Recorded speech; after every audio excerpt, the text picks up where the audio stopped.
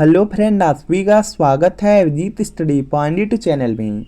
आज के इस वीडियो में हम यूपी टेट एग्जाम के लिए प्रैक्टिस सेट करने वाले हैं। यूपी टेट एग्जाम आपका 29 और 30 जनवरी को होने वाला है। बहुत ही कम समय आपके एग्जाम में बचा हुआ है। तो यह क्लास पेपर फर्स्ट और पेपर सेकंड दोनों के लिए बीएड बीटीसी डीएलएड सभी छात्रों के लिए रहने वाली है।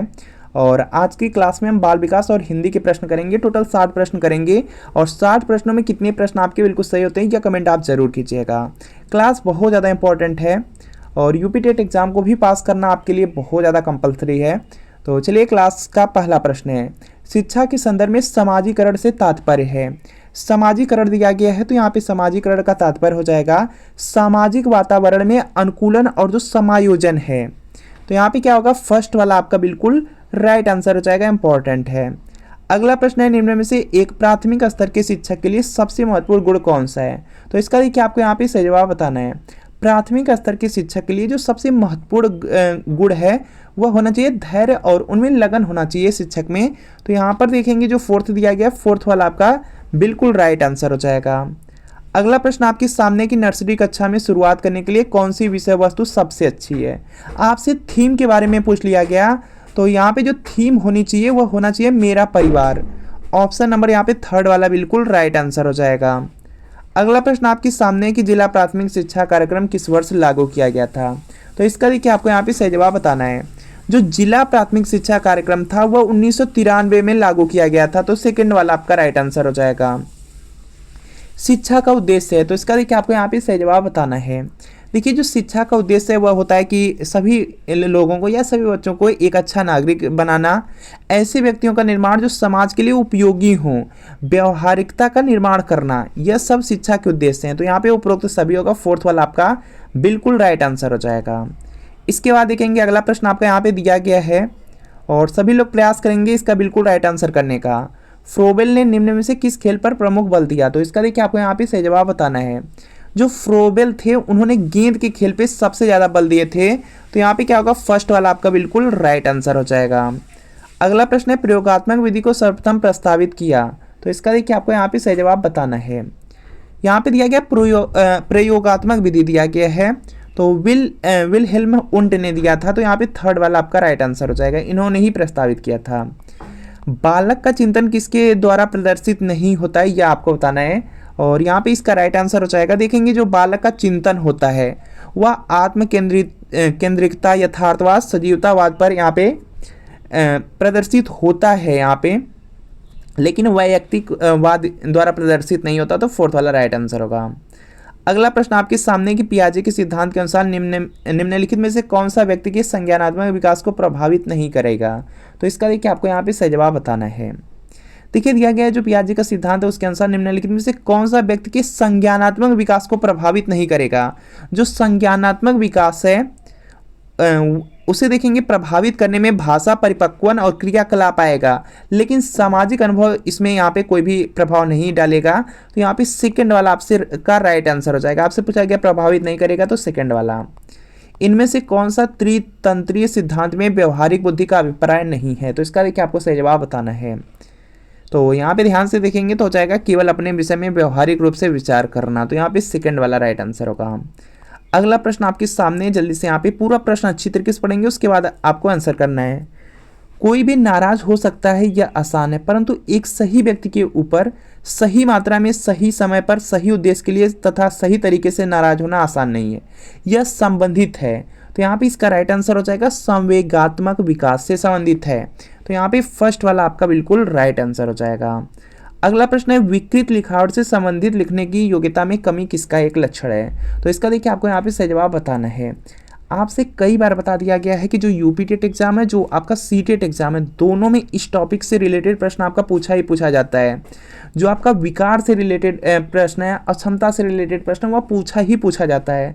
तो यहाँ पे विकृत लिखावट से संबंधित लिखने की जो योग्यता में कमी है, किसका एक लक्षण है, मतलब लिखने में यहाँ पे कोई विकार है, तो यहाँ पे क्या है, डिस्ग्राफिया हो जाएगा। फर्स्ट वाला बिल्कुल यहाँ पे राइट आंसर है, इंपॉर्टेंट है। इसके बाद देखते हैं अगला प्रश्न आपका यहाँ पर है। यहाँ पर देखेंगे आपका अगला प्रश्न है, व्यक्तित्व के संगठन का स्वरूप है। तो इसका देखिए आपको सही जवाब बताना है। तो यहाँ पे इसका राइट आंसर हो जाएगा मनोवैज्ञानिक, शारीरिक हो जाएगा, सेकंड वाला राइट आंसर होगा। अगला प्रश्न है कि आत्म केंद्रित व्यक्ति होता है, आत्म केंद्रित लिख दिया गया है, तो यहाँ पे क्या होगा, वह अंतर्मुखी हो जाएगा। जब आत्म केंद्रित व्यक्ति है तो अंतर्मुखी, तो फर्स्ट वाला राइट आंसर। अगला प्रश्न आपके सामने है, जल्दी से प्रयास करेंगे। अपनी ऊर्जा बल को बाहर की ओर अभिव्यक्त करने वाले व्यक्ति का प्रकार होता है, तो यहाँ पे इसका आपको सही जवाब करना है और यहाँ पे इसका राइट आंसर हो जाएगा अपनी ऊर्जा बल को बाहर की ओर अभिव्यक्त करने वाला व्यक्ति बहिर्मुखी व्यक्तित्व का होता है। तो यहाँ पे क्या होगा, सेकंड वाला, यहाँ पे थर्ड वाला बिल्कुल राइट आंसर होगा। अगला प्रश्न है, अगला प्रश्न आपके सामने जल्दी से प्रयास करेंगे आप लोग। जब बच्चे एक अवधारणा को सीखते हैं और उसका प्रयोग करते हैं तो अभ्यास उनके द्वारा की जाने वाली त्रुटियों को कम करने में मदद करता है। यह विचार किसके द्वारा दिया गया था, तो थर्नडाइक द्वारा दिया गया था। तो यहाँ पर देखेंगे फर्स्ट वाले में दिया गया E.L. थर्नडाइक, तो फर्स्ट वाला आपका यहाँ पे बिल्कुल राइट आंसर हो जाएगा। इसके बाद देखते हैं यहाँ पे नेक्स्ट प्रश्न है, निम्न में से कौन सा संवेगात्मक बुद्धि से संबंधित है, तो यहाँ पे संवेगात्मक बुद्धि में आपका आ जाएगा यहाँ पे सहानुभूति देना, फोर्थ वाला आपका बिल्कुल राइट आंसर हो जाएगा। इसके बाद देखते हैं अगला प्रश्न आपका दिया गया है, एक आंतरिक बल जो प्रोत्साहित करता है और व्यवहार परक प्रतिक्रिया के लिए बाध्य करता है एवं प्रतिक्रिया को विशिष्ट दिशा उपलब्ध कराता है, वह क्या होता है, मोटिवेशन होता है। मोटिवेशन का मतलब हो जाएगा अभिप्रेरण, फर्स्ट वाला आपका बिल्कुल राइट आंसर हो जाएगा। मोटिवेशन आपको मिलता है तभी ना, आंतरिक यहाँ पे जो बल होता है वह एक अंदर से बल मोटिवेशन में मिलता है आपको, जो कि प्रोत्साहित करता है कोई कार्य करने के लिए। यह पॉइंट याद रख लेंगे। निम्न में से कौन सी शब्दावली प्रायः अभिप्रेरणा के साथ अंत बदलाव के साथ इस्तेमाल की जाती है, तो इसका देखिए आपको सही जवाब करना है और यहाँ पे इसका राइट आंसर हो जाएगा, आवश्यकता हो जाएगा, थर्ड वाला राइट आंसर होगा। अगला प्रश्न है, जब शिक्षार्थियों को समूह में किसी समस्या पर चर्चा का अवसर दिया जाता है तब उनके सीखने का वक्र, तो इसका देखिए आपको यहाँ पे सही जवाब बताना है। जब शिक्षार्थियों को समूह में किसी समस्या पर चर्चा का अवसर दिया जाता है तब उनके जो सीखने का वक्र होता है वह बेहतर होता है। बेहतर देखेंगे कहाँ पर दिया गया, फर्स्ट वाले में, तो फर्स्ट वाला राइट आंसर हो जाएगा। अगला प्रश्न है, विकास की गति एक व्यक्ति से दूसरे में भिन्न होती है किंतु यह एक खालिस्तान नमूने का अनुगमन करती है, तो इसका देखिए सही जवाब करना है और यहाँ पे इसका राइट आंसर होगा क्रमबद्ध और व्यवस्थित, फोर्थ वाला राइट आंसर है। अगला प्रश्न, विकास के लिए निम्नलिखित में से कौन सा एक उचित है, तो इसका देखिए आपको सही जवाब बताना है और यहाँ पे इसका राइट आंसर आपका हो जाएगा सामाजिक सांस्कृतिक संदर्भ विकास में एक महत्वपूर्ण भूमिका का निर्वाह करता है, सेकंड वाला आपका राइट आंसर है। अगला प्रश्न आपके सामने कि व्यक्तियों में एक दूसरे से भिन्नता क्यों होती है, तो यहाँ पे इसका राइट आंसर हो जाएगा, इसका जो रीजन है वो होगा वंशानुक्रम और वातावरण के बीच जो अन्योन्य क्रिया के कारण होता है, तो यहाँ पे क्या होगा, आपका थर्ड वाला बिल्कुल राइट आंसर हो जाएगा। अगला प्रश्न आपके सामने की अभिप्रेरणा वर्णित होती है, तो इसका देखिए आपको सही जवाब बताना है, तो यहाँ पे इसका राइट आंसर हो जाएगा यह भावात्मक जागृति द्वारा यहाँ पे वर्णित है, तो यहाँ पे सेकंड वाला राइट आंसर होगा। अगला प्रश्न है कि चिंतन मानसिक क्रिया का यहाँ पे पहलू है, तो इसका देखिए आपको सही जवाब बताना है, तो यहाँ पे इसका राइट आंसर हो जाएगा ज्ञानात्मक है, ऑप्शन नंबर फर्स्ट वाला बिल्कुल राइट आंसर है। व्यवहारवादी खालिस्तान ने कहा कि मुझे नवजात शिशु दे दो, मैं उसे डॉक्टर, वकील, चोर या जो चाहूँ बना सकता हूँ, तो इसका देखिए आपको सही जवाब बताना है। यह वाटसन ने कहा था, तो वाटसन देखेंगे थर्ड वाले में दिया गया, थर्ड वाला राइट आंसर है। अगला प्रश्न है, ध्यान आकर्षित होने में खालिस्तान की प्रमुख भूमिका होती है, तो इसका देखिए आपको यहाँ पे सही जवाब बताना है, तो यहाँ पे इसका राइट आंसर हो जाएगा उद्दीपन की तीव्रता हो जाएगा, फर्स्ट वाला आपका बिल्कुल राइट आंसर है। अगला प्रश्न आपके सामने है, व्यवहारिक क्षमताओं में वह सापेक्ष यहाँ पे अस्थायी परिवर्तन जो कि प्रबलित अभ्यास का परिणाम होता है उसे क्या कहते हैं, तो इसका देखिए आपको सही जवाब बताना है और यहाँ पे इसका राइट आंसर हो जाएगा उसको अधिगम कहा जाता है, फर्स्ट वाला राइट आंसर है। अगला प्रश्न है कि संज्ञान किस बुद्धि के सिद्धांत का हिस्सा है, तो इसका देखिए आपको सही जवाब बताना है, तो यहाँ पर देखेंगे इसका राइट आंसर हो जाएगा फ्लूइड तथा यहाँ पे क्रिस्टलाइज्ड सिद्धांत हो जाएगा, फोर्थ वाला आपका राइट आंसर है। अगला प्रश्न है, 8 वर्ष की सुधीर की मानसिक आयु 10 वर्ष है, उसकी बुद्धि लब्धि कितनी है, आपको इस प्रश्न के भी बारे में बता दिया गया है कि जो आपका यहाँ पे सीटेट एग्जाम है, जो आपका यूपी टेट एग्जाम है, दोनों एग्जाम में इस तरह के प्रश्न पूछे जाते हैं और यूपी टेट में तो बिल्कुल फिक्स होता है कि एक प्रश्न आपका पूछा ही पूछा जाएगा। तो यहाँ पे प्रश्न है, 8 वर्ष की सुधीर की मानसिक आयु 10 वर्ष है और उसकी बुद्धि लब्धि कितनी है यह बताना है। तो यहाँ पर आप लोग पढ़े होंगे फार्मूला, यहाँ पे जो बुद्धि लब्धि का फार्मूला है यह होता है आपका यहाँ पे मानसिक आयु, यहाँ पे मानसिक आयु बटे यहाँ पे वास्तविक आयु रहता है और गुणे में यहाँ पे क्या रहता है 100 रहता है। तो यहाँ पे वैल्यू रख लेंगे, मानसिक आयु आपको दिया गया 10 वर्ष, 10 रख लीजिए और यहाँ पे दिया गया है कि जो यहाँ पे मानसिक आयु दिया गया 10 वर्ष है और 8 वर्ष की सुधीर का लिखा गया है। इसका मतलब है कि वास्तविक आयु उसकी यहाँ पे सिर्फ 8 है। और यहाँ पे क्या होगा, गुणे 100 कर देंगे, इसको यहाँ पे डिवाइड करेंगे। यहाँ से अगर 2 से करते हैं तो 5 बार में डिवाइड हो जाएगा, ये 4 बार में डिवाइड हो जाएगा, 4 से या 25 बार में हो जाएगा। 25 का 5 में गुणा कर देंगे, 125 आ जाएगा। 125 देखेंगे आपके फोर्थ में दिया गया है, फोर्थ वाला बिल्कुल राइट आंसर हो जाएगा। बिल्कुल इसी तरीके से कर लेंगे। एक बार फार्मूला याद रख लीजिए और उसी फार्मूला को रख दीजिएगा, एग्जाम में सॉल्व हो जाएगा। बाकी यहाँ पे एग्जाम में सिर्फ फार्मूला भी पूछा जा सकता है। चलिए अगला प्रश्न आपका यहाँ पे हिंदी का है। अनंत का पर्यायवाची शब्द है, तो इसका देखिए आपको यहाँ पे सही जवाब बताना है। अनंत का जो पर्यायवाची शब्द है यह हो जाएगा निसीम हो जाएगा। तो यहाँ पे फर्स्ट वाला राइट आंसर है। अगला प्रश्न आपके सामने दिया गया है, यहाँ पे प्रयास करेंगे। सारंग का पर्यायवाची शब्द है। सारंग का जो पर्यायवाची शब्द मोर होता है, मोर का पर्यायवाची मयूर भी होता है, याद रखेंगे। तो थर्ड वाला राइट आंसर है। गमन शब्द का विपरीतार्थक बनाने के लिए आप किस उपसर्ग का प्रयोग करेंगे? गमन का मतलब होता है जाना, आगमन का मतलब होता है आना। तो इसमें आ क्या लगा देंगे? उपसर्ग लगा देंगे। उपसर्ग शब्दों में आगे लगे होते हैं, तो थर्ड वाला राइट आंसर हो जाएगा। मनोविनोद के लिए, सैर करने वाला के लिए एक शब्द है, तो इसका देखिए आपको सही जवाब बताना है। और यहाँ पे इसका राइट आंसर हो जाएगा यायावर हो जाएगा, फर्स्ट वाला राइट आंसर है। भीतरी निम्नलिखित में से किससे निर्मित विशेषण है? तो इसका देखिए आपको सही जवाब बताना है। यहाँ पे इसका राइट आंसर हो जाएगा जो भीतरी है या अव्यय से बना हुआ है, तो फोर्थ वाला राइट आंसर है। अगला प्रश्न है, निम्नलिखित में से शुद्धवर्तनी वाला शब्द है, तो इसका देखिए आपको सही जवाब बताना है। आभूषण लिखा गया, कौन शुद्ध है यह बताना है। तो यहाँ पर ध्यान से देखेंगे तो पहले ही विकल्प में बिल्कुल सही रूप से आभूषण शब्द लिखा गया है, तो पहला राइट आंसर होगा।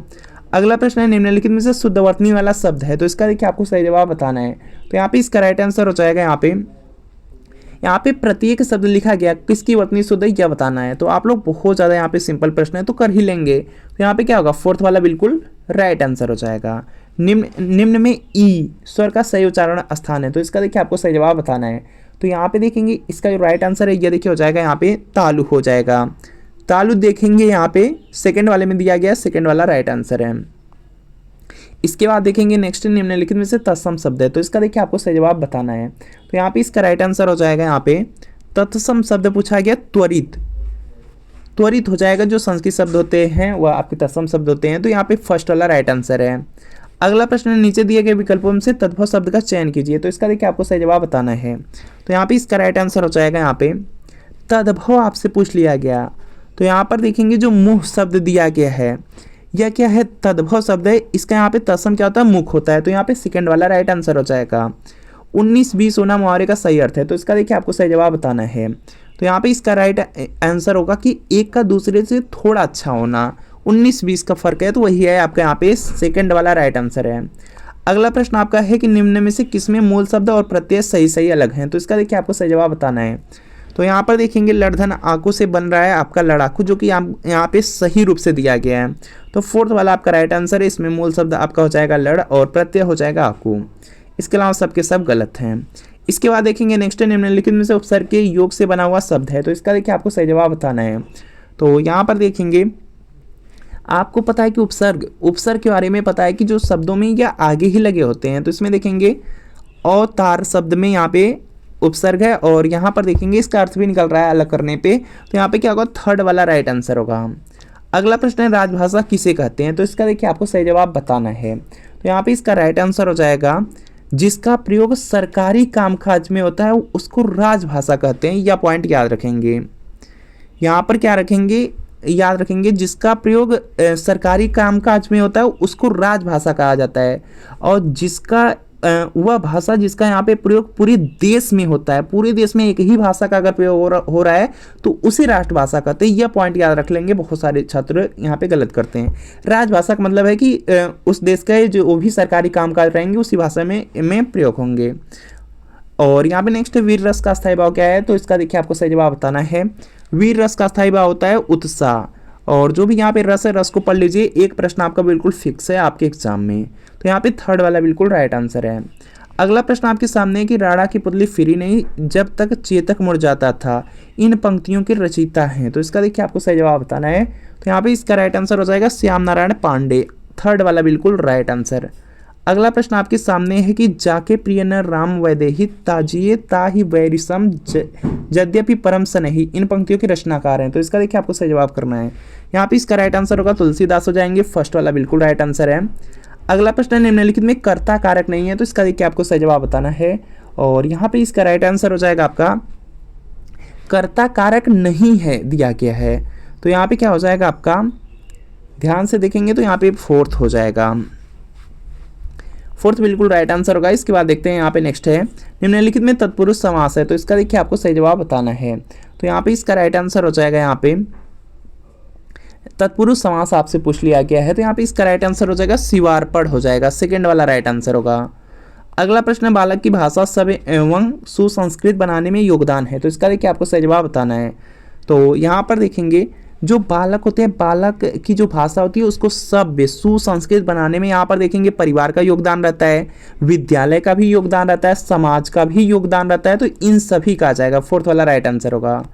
अगला प्रश्न आपके सामने की विचारों के अभिव्यक्ति का साधन है, तो इसका देखिए आपको सही जवाब बताना है। यहाँ पे इसका राइट आंसर हो जाएगा भाषा हो जाएगा, फर्स्ट वाला बिल्कुल राइट आंसर होगा। अगला प्रश्न आपके सामने की भाषा में परिवर्तन का यहाँ पे क्या कारण है, क्या आपसे पूछ लिया, तो यहाँ पे इसका जो राइट आंसर है क्या हो जाएगा, स्थान विशेष की जलवायु, फर्स्ट वाला बिल्कुल राइट आंसर होगा। अगला प्रश्न है सूरसागर किस भाषा की रचना है, तो इसका देखिए आपको सही जवाब बताना है। तो यहाँ पे इसका राइट आंसर हो जाएगा जो सूरसागर है, याद रखेंगे बहुत ज़्यादा इंपॉर्टेंट, कई बार पूछा गया, सूरसागर ब्रजभाषा की रचना है, थर्ड वाला बिल्कुल राइट आंसर है। कई बार यह भी प्रश्न पूछा गया कि वीरों का कैसा हो वसंत कविता किसने लिखी है, तो यहाँ पे इसका राइट आंसर हो जाएगा आपका सुभद्रा कुमारी चौहान हो जाएगा, ऑप्शन नंबर सेकंड वाला बिल्कुल राइट आंसर होगा। अगला प्रश्न आपके सामने की निम्नलिखित में से कौन सी व्याकरण और वर्तनी से शुद्ध भाषा कहलाती है, तो इसका देखिए आपको यहाँ पे सही जवाब बताना है। तो यहाँ पर देखेंगे हो जाएगा इसका जो राइट आंसर है यह देखिए हो जाएगा मानक भाषा। निम्नलिखित में से कौन सी व्याकरण और वर्तनी से जो शुद्ध भाषा है वह क्या कहलाती है, वह होती है मानक भाषा, तो फोर्थ राइट आंसर होगा। तो फ्रेंड आपको बताना है कि इन 60 प्रश्नों में कितने प्रश्न आपके बिल्कुल सही हुए हैं, यह कमेंट आप जरूर कीजिएगा। और